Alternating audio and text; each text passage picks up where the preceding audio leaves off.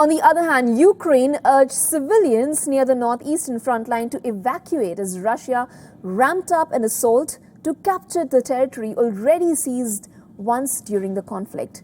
Kupiansk and the surrounding areas of Kharkiv region were recaptured by Kyiv's forces in September, but Moscow has since pushed back into the region.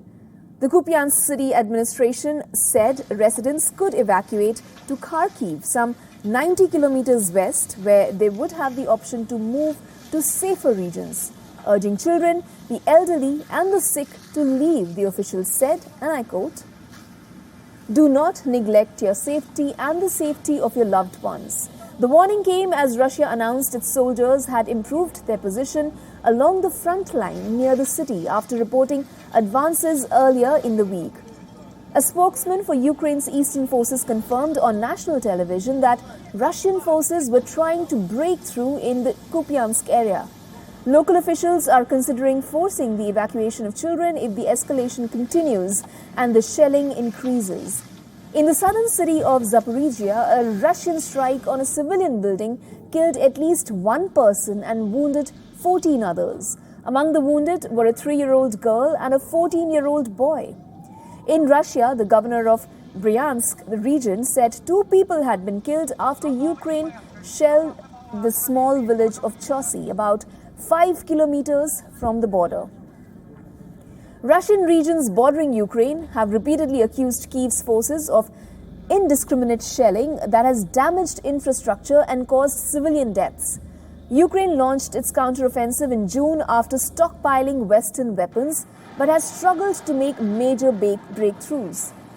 Moscow said earlier Thursday it had downed 11 Ukrainian drones nearing the Crimean Peninsula and 2 heading for Moscow.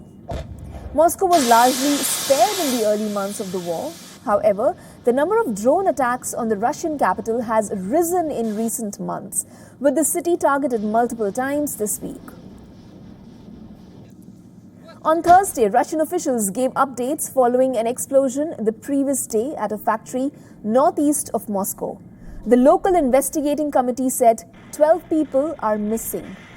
In the Russian-occupied Ukrainian territory of Novokharkovka, 1 person died and 14 were wounded in the Ukrainian shelling. Zelensky warned last month that war was coming to Russia and that the country's symbolic centers and military bases would become targets. On the other side of the front line, an oil depot in Ukraine's western ravine region was destroyed during a massive drone attack. Tensions have also risen in the Black Sea since Russia exited a deal allowing safe passage for grain exports. Ukraine says it has opened maritime routes for civilian vessels from several southern ports.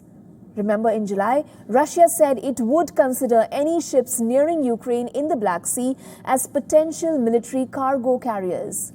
Ukraine Navy spokesman said a first ship would take the newly opened route in the near future.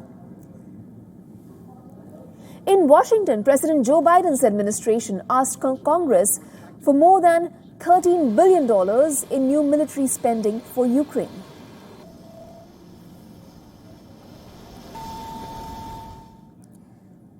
For more on this, our correspondent Susan Tehrani has sent us this report from New York.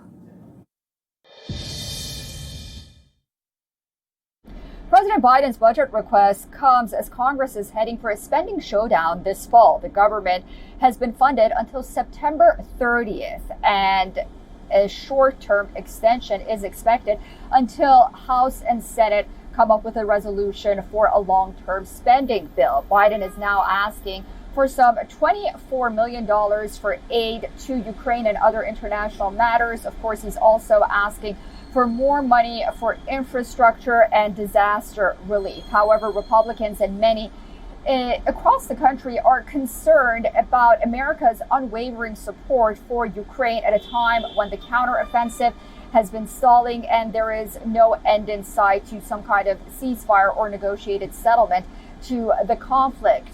Biden's Republican opponents seem to become more popular as they oppose these blank checks to Ukraine, while the president insists that the United States will continue to support Ukraine as long as it takes. One of those in opposition is former President Donald Trump, speaking loudly against America's unwavering support in Ukraine.